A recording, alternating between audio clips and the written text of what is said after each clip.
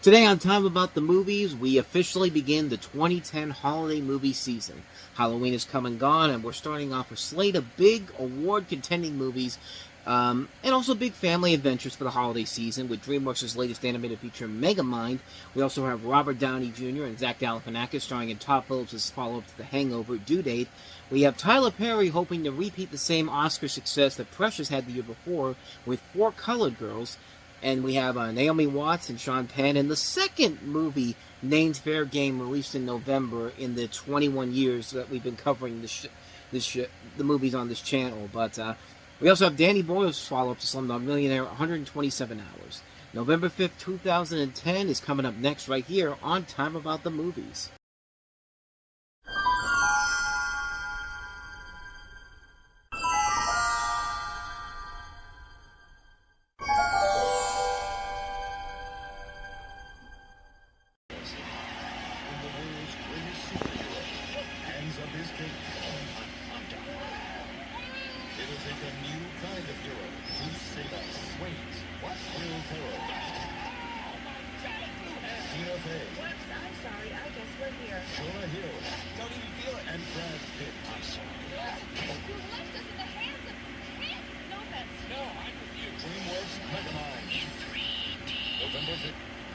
And welcome to Time About the Movies. Today we are taking a look at the 5 films that kick off November of 2010, on November 5th to be exact. And as I said before, Halloween is over, which means it's now time for the big holiday movie season rush to begin. And just like the last couple of years, Dreamworks starts it off with a brand new animated feature with our first film, Megamind. And it's the second animated movie this year focusing on a supervillain having to become a good guy. The one that was much more successful was Despicable Me, but that doesn't mean that Megamind was a flop per se. In fact, I would honestly say that it's a much better movie than Despicable Me was. That's just my opinion, but let's look at the plot. Megamind is voiced by Will Ferrell, as it says in the commercial there. He's been in this long battle with Metro Man, voiced by Brad Pitt, who's basically the equivalent of Superman, ever since their plans have been destroyed. Well, Superman, there you go.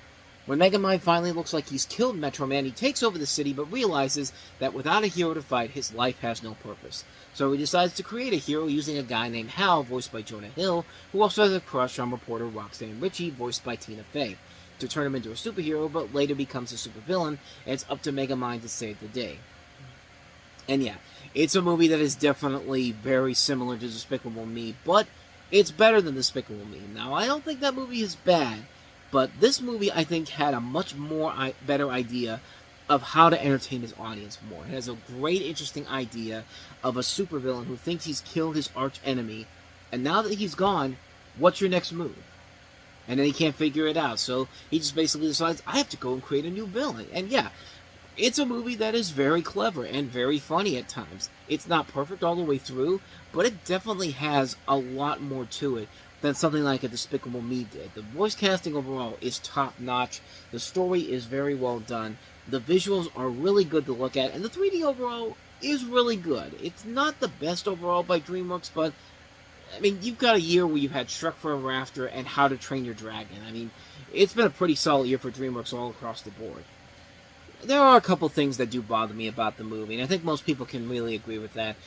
The whole thing about dancing at the end of the film with the main characters, I mean, it's not like it's a bad thing per se, but like, it's one of those things where, I mean, we already saw, we're seeing way too many movies where the characters are just dancing because we can't figure out how to properly end the movie after the big conflict. I mean, granted, yeah, you've got Michael Jackson's Bad playing in the background of this one here, and it makes sense because Bad, it's a movie about a supervillain, but at the same time, it's just kind of like, really, like, I'm so glad we're kind of getting away from this trope overall. I think we have gotten away from it in the 15 years since then, but you still get a couple movies here and there that feel like they got to throw it in there just for fuck's sake. But in a year where DreamWorks had a lot of really good movies, this is more Shrek Forever After than How to Train Your Dragon, and that's not a bad thing because How to Train Your Dragon is a high bar to top, but Shrek Forever After was pretty good. So to be in that same area, that's not a bad thing whatsoever. I mean, most of their movies overall have ranged from good to great, and this is definitely one of those good ones. This is a film that is definitely worth watching and definitely deserves a lot more respect and attention than the god-awful sequels that came out last year did. And I'm talking about the movie that was made for Peacock that was billed officially as the sequel and the television series, which was just as bad. But hey, Despicable Me and Megamind did eventually cross over, or at least that would have made Despicable Me 4 great last year because Will Ferrell played the bad guy in that movie. Like, come on, Universal. You own DreamWorks. You could make that happen. Why didn't you just make the villain in Despicable Me 4 Megamind? That would have been so awesome. I still can't get over that, but anyway. But Megamind's a great movie overall. Let's get to a massive, massive, massive failure on so many levels, despite the fact that it had so many good people behind it. Robert Downey Jr. and Zach Galifianakis starring in Todd Phillips' follow-up to The Hangover, which is Due Date. And now, a special look at Due Date in theaters November 5th. There you are, looking just the same as you did last time I touched you. You know, rest areas have the nicest showers. The nicest showers. If I miss the birth of my child, I'm gonna choke you out with your own scarf. Seems a bit drastic. All right, Sonny, it's about to get rough.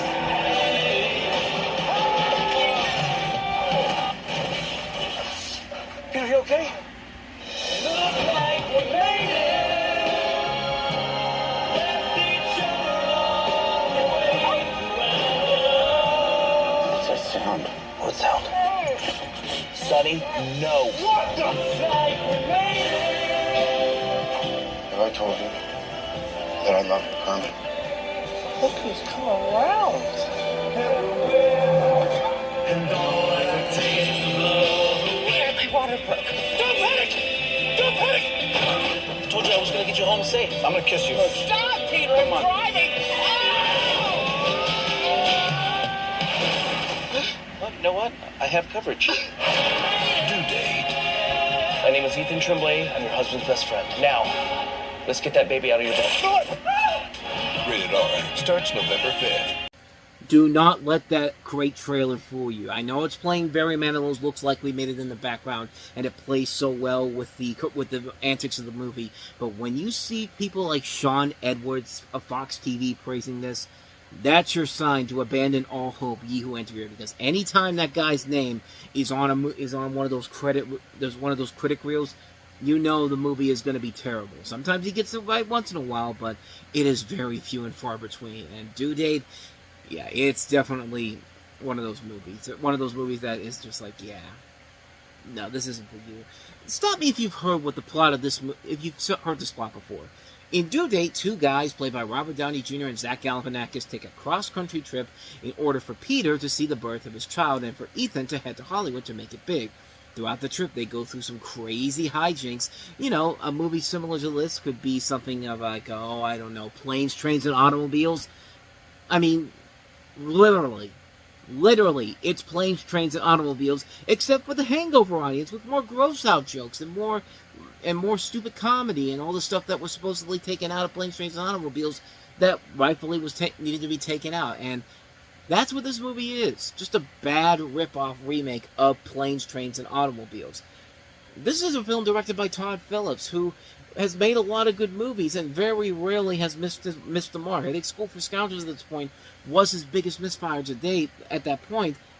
But no, I can easily say this is so far the worst thing he's directed so far. We haven't even gotten to the second half of his tenure of movies here, because there's some bad ones there too, but yeah, this is pretty bad. I mean, Zach Galifianakis, who I liked in The Hangover and didn't mind him in G-Force, he's a straight-up asshole in this movie, and trying to be way too hard like Del Griffin in Planes, Trains, and Automobiles. Yeah, he's trying to be like you, John Candy, with my pop figures back there.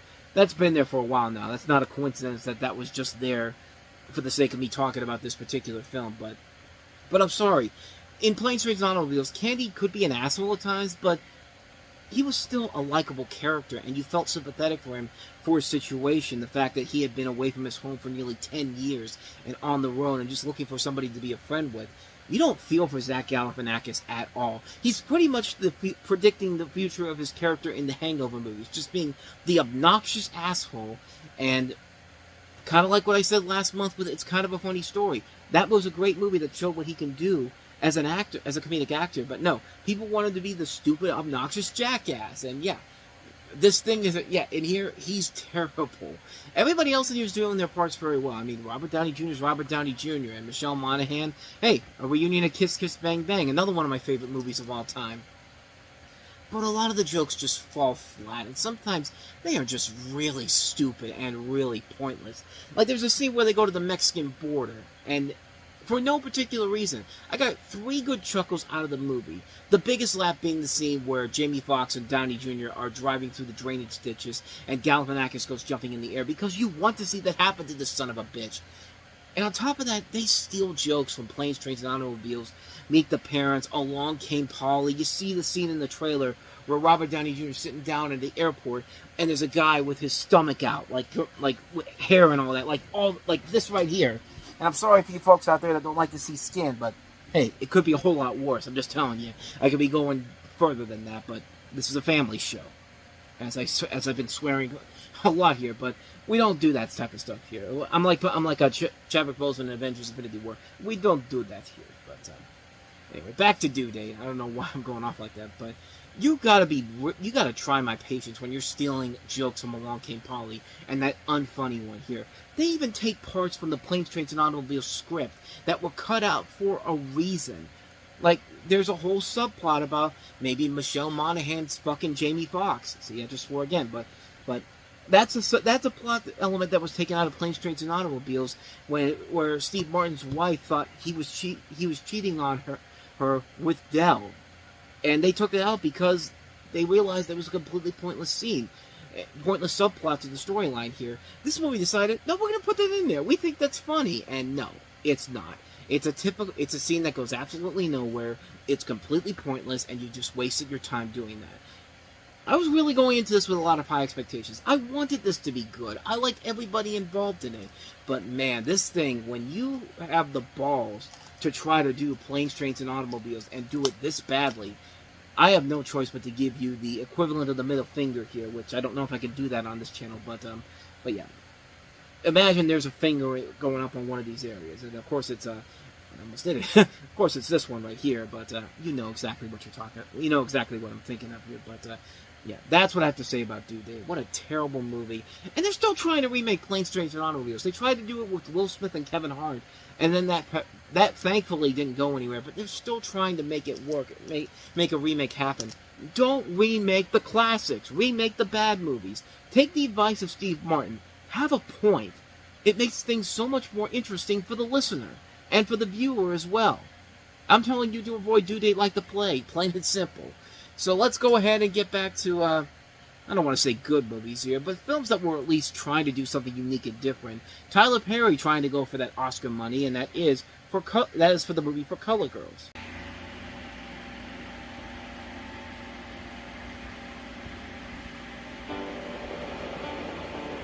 Love me?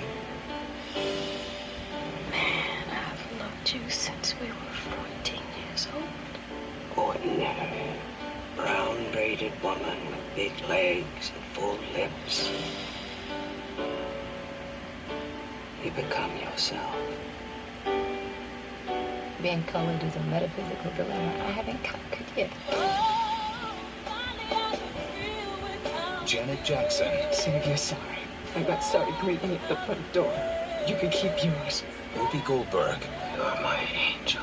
Tandy Newton. Loretta Devine. Anika Noni Rose. Kimberly Elise. Kerry Washington. And Felicia Rashad. Being alive and being a woman, that's all I've got.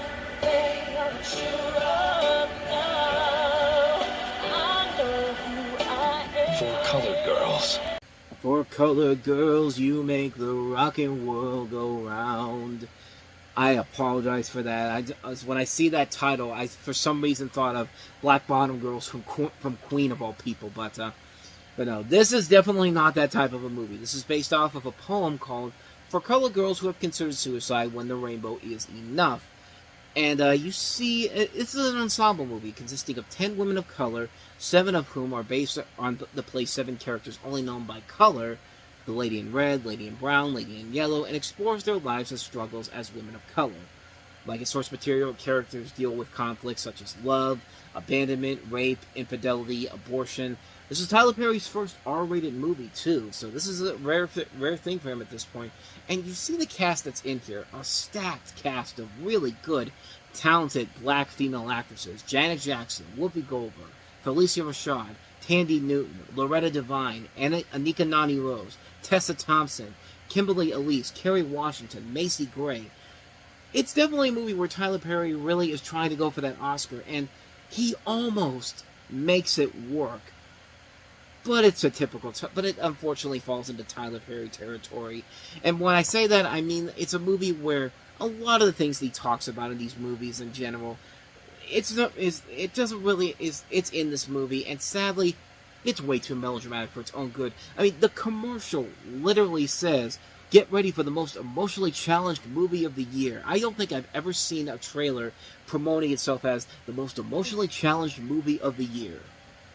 And it's probably not a good sign for the film going forward. And like I said, it's not that it's a bad movie. It's just a film that just feels like it's falling into typical Tyler Perry drama territory, where they're trying way too hard to get an emotional input out of you. It feels manipulative at many points. It's a movie where the effort is there, the heart is in the right place. You can tell that he's trying, but he just can't get away from the stuff that made him work with his other movies from the past 5 years. And it feels like this is a film that is trying so hard to be so unique and different, and yet it can't take that last big leap to take it to the next level and be a film that he wants it to be, an Oscar contender, an awards contender. It's just not there with this movie, unfortunately. And everybody in here is trying their best. There's a good cast in here, and they're working very well. But unfortunately, it's everything that Tyler Perry movies are, unfortunately, come into play here, and it just ruins the ebb and flow of the film.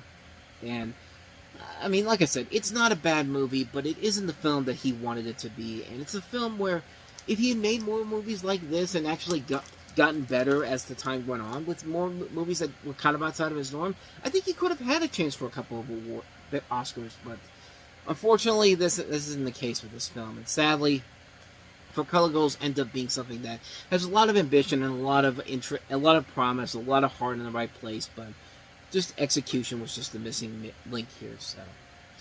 So let's go ahead and move on to our next movie, Naomi Watts and Sean Penn, starring in Doug Liman's Fair Game. Your name, Mr. Paper.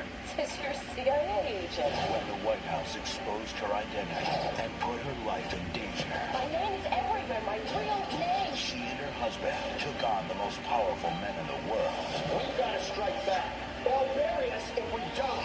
Fair Game continues the intensity and suspense of the Bourne identity. Naomi Watts and Sean Penn are superb.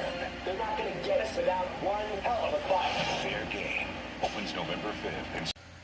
It's hard to believe that we now have two movies released in November, the first week of November nonetheless, that have the title Fair Game, and coming out 15 years apart, because before this we had the 1995 movie, the William Baldwin, Cindy Crawford masterpiece, if you will, Fair Game, which, funny enough, as I'm looking at the IMDb page, guess what one of the recommendations are?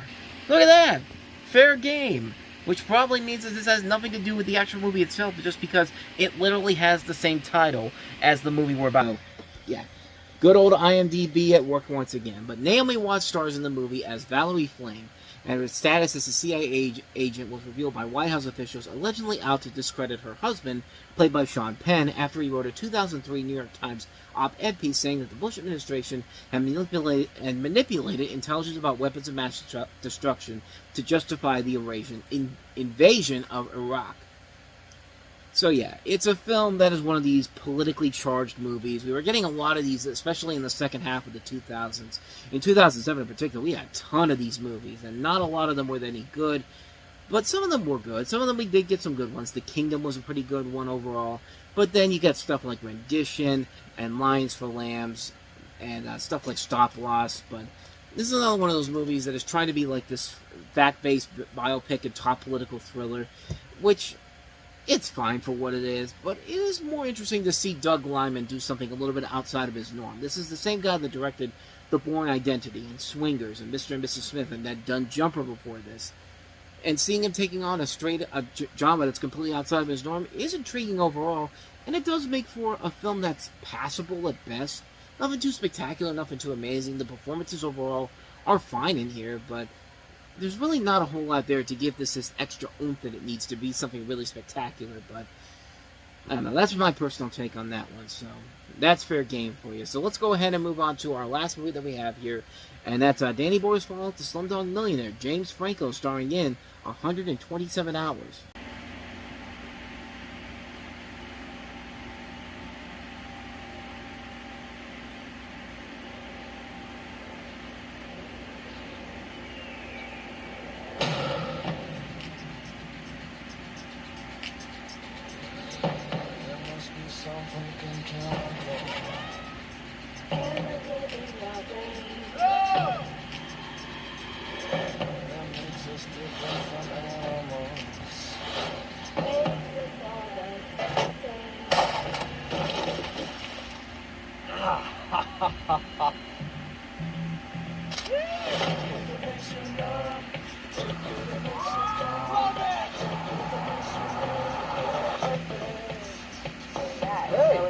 Lost? I'm a guide. What do you say? Well, the guidebook says the route's through here, but I know a better way. Oh, you have to remember, so everything will be okay.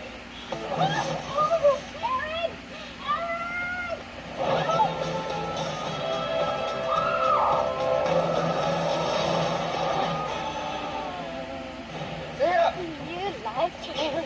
I don't think he figured in his day at all. Look! Ah! Kristen!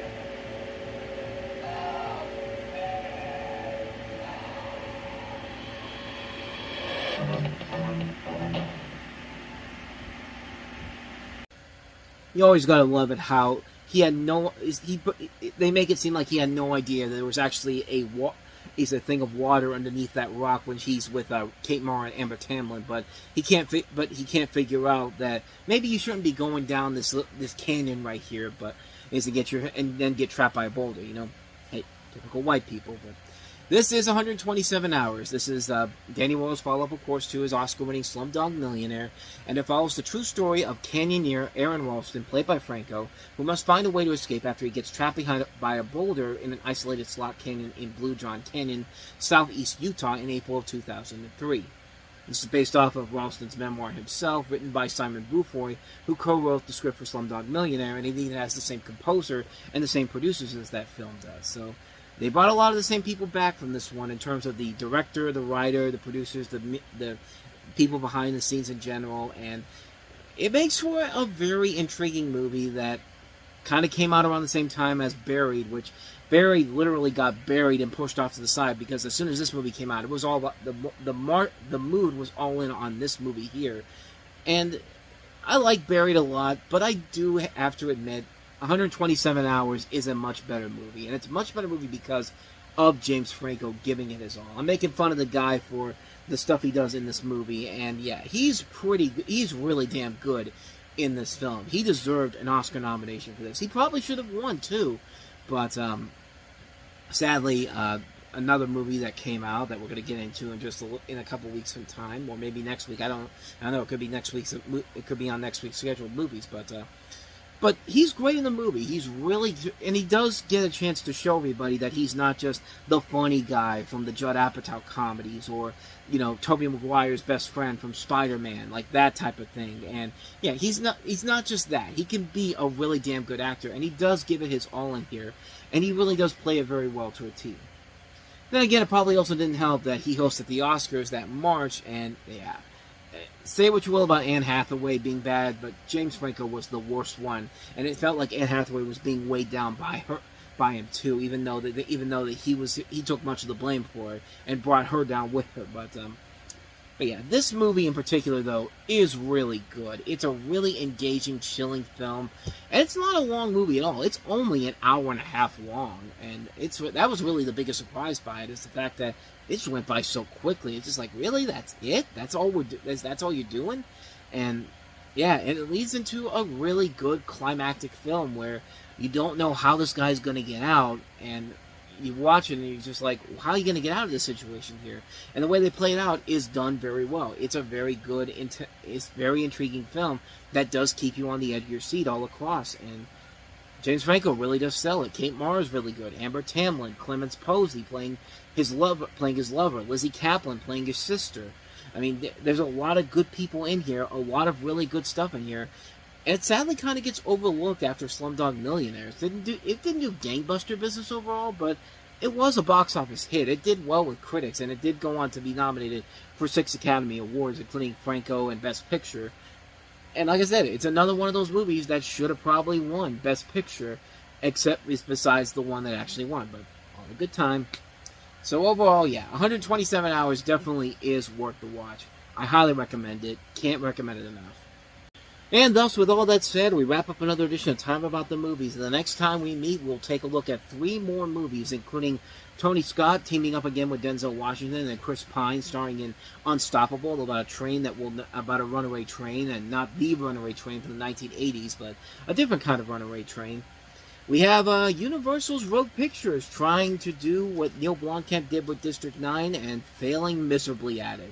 We'll take a look at Skyline, and we'll also take a look at Harrison Ford and Rachel McAdams starring in Morning Glory, a romantic comedy in the same vein as Working Girl, produced by J.J. Abrams. Most people don't realize that, but we'll take a look at those 3 movies. That'll be coming up tomorrow on the show, so definitely be on the lookout for that. But with all that said, though, thank you so much for watching this. I hope you enjoyed it. If you did, hit that like button, hit that subscribe button, hit that notification button. Also, don't forget to check out our playlist, and also don't forget to check out the last episode we did. So until then, whether it's in the past, the present, or the future, I will see you at the movies. Take care.